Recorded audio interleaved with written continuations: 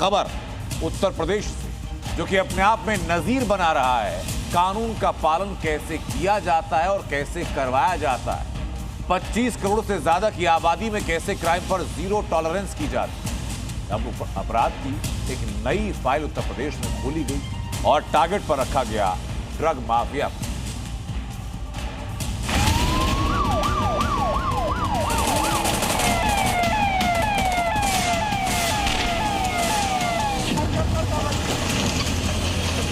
Double engine की सरकार है और किसी ने अराजकता करने का दुस्साहस किया तो उसकी छाती पर बुलडोजर चलाना भी जानती है।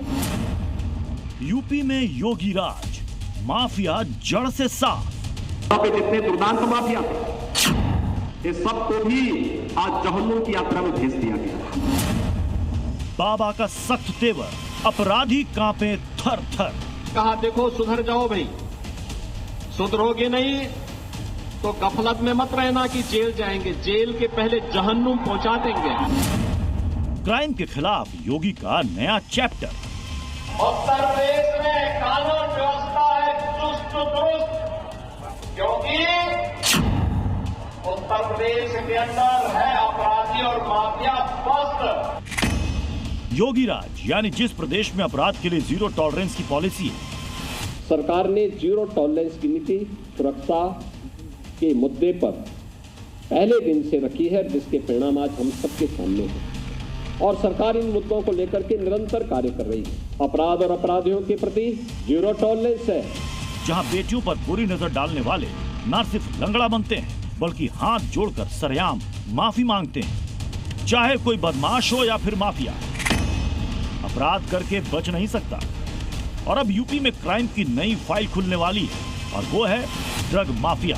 इस नए चैप्टर को ओपन करने के लिए सीएम योगी ने पूरी स्क्रिप्ट तैयार कर ली है। नशे के विरुद्ध इस युद्ध के लिए सीएम योगी ने क्लियर मैसेज दे दिया है, जिसके तहत एंटी नारकोटिक्स टास्क फोर्स को और मजबूत बनाया जाएगा।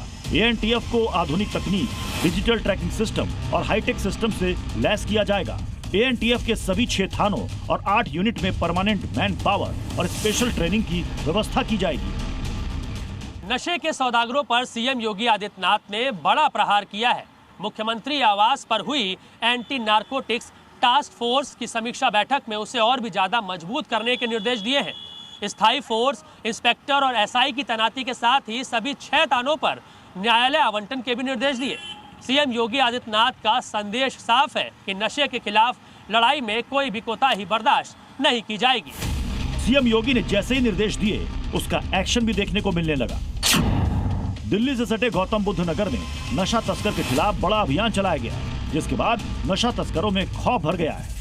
वहीं सहारनपुर में पुलिस ने 20,000 के इनामी नशा तस्कर आसिफ खान को गिरफ्तार किया। उसके कब्जे से 4 किलो से ज्यादा अवैध स्मैक बरामद हुई है, जिनकी कीमत लगभग 4 करोड़ 33 लाख रुपए है। यानी योगी ने नशे के विरुद्ध जिस जंग का आगाज किया है, उसे अंजाम तक पहुंचाने के लिए कदम बढ़ाया जा चुका है। गौतम बुद्ध नगर में मादक पदार्थों के विरुद्ध जीरो टॉलरेंस की नीति के तहत लगातार कार्यवाही की जा रही है। विगत 3 वर्षों में 1 अरब 46 करोड़ से ज्यादा के मादक पदार्थ बरामद किए गए हैं और इनकी तस्करी करने वाले अपराधियों के विरुद्ध कठोरतम कार्यवाही की जा रही है।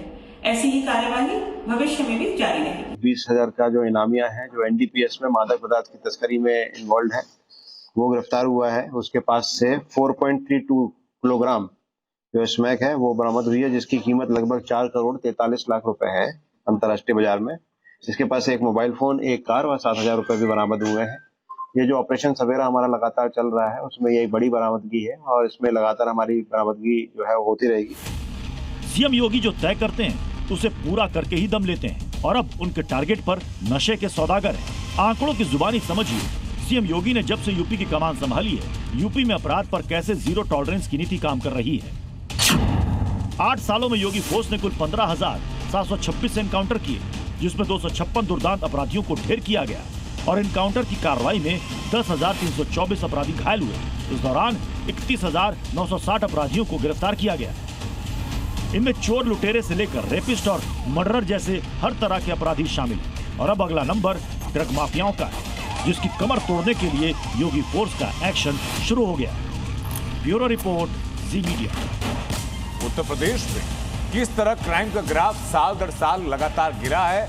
अब ये आंकड़ों के जरिए मैं आपको बताता हूं, क्योंकि आंकड़े झूठ नहीं बोलते। खुद तय कीजिए, साल 2017 यानी कि जब मौजूदा सरकार अस्तित्व में आई, जब योगी आदित्यनाथ ने जिस साल मुख्यमंत्री पद की शपथ, 4324 मर्डर की वारदात सामने आई।